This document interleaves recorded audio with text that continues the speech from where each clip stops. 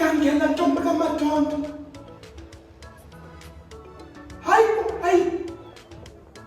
Hayi ntombi, hayi uyazi ukuthi selokhu kwahamba nina nje kodwa niboshongweni izinto zimana ukwenzeka.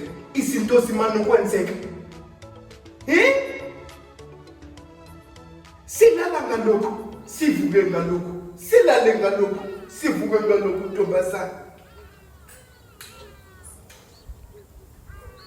Umfana kabe okamamke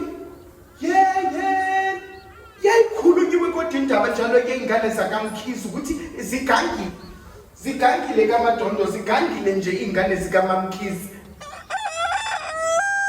Hayibo kusho ukuthi asisaphephile phela emposhongweni. My Lord, how Jesu. Hayi sengibonga khona nje ukuthi uvukile uyazula kodwa akasayijwayelene nalabafana bakaMkhize. Akasajwayelene nabo. Nentombi kaMadondo, awusho nje ubuya nini wena ntombazana? Next week. Ngitshele nje nantombazana ngitshele. Hayi kuyangiphela manje kuyangiphela. Sengingaze ngiphunguke kwasenkhothweni. Nentombi. Angisamazi nje uma kaMntunayi, angisamazi nje uma kaMntunayi. Phela uma kaMntunayi ujwayelene nawe kaMadondo akajwayelene nami. Angithuki nje mina ngeze ukuzongivakashela kwami.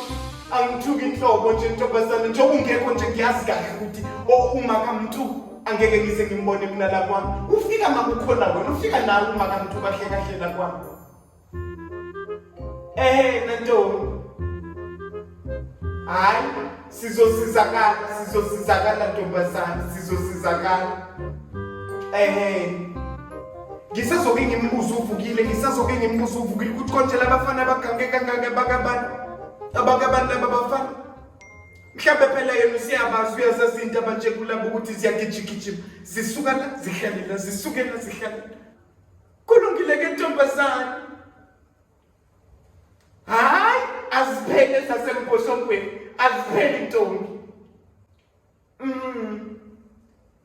Kulungile ke ntombazana izobonana next week mawubuye. Ungitshele nje mawufika ntombazana ngizobe sengilungise kwamakhekhe ukuthi sihlale phansi sikhinde indaba zasemposhongweni.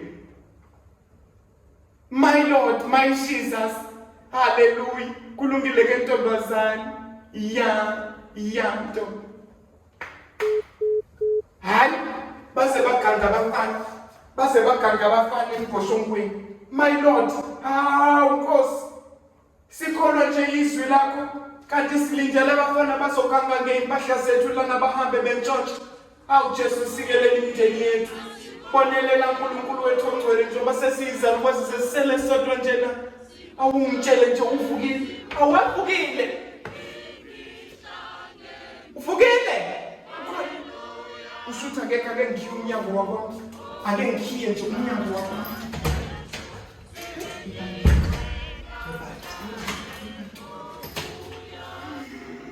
Jesu la fayi.